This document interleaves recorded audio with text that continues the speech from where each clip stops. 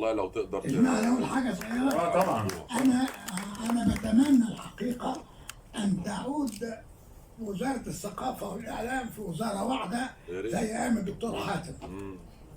الدكتور حاتم كان وزير الثقافه والاعلام، فما كانش فيه مشكله في ان اي عمل مسرحي يتصور على طول، لان الوزاره واحده.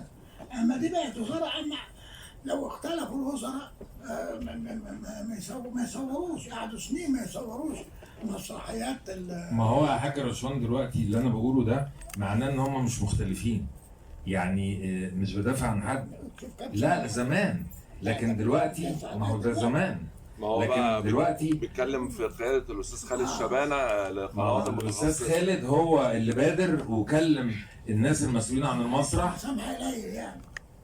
لا ما هو انا بعلي اهو عشان حضرتك. الاستاذ خالد شبانه هو اللي مسؤول، وهو اللي بادر وكلم المسؤول عن المسرح وقال له انا عندي استعداد ان انا اصور، وهو التلفزيون، هو الاعلام، هو اللي بادر وقال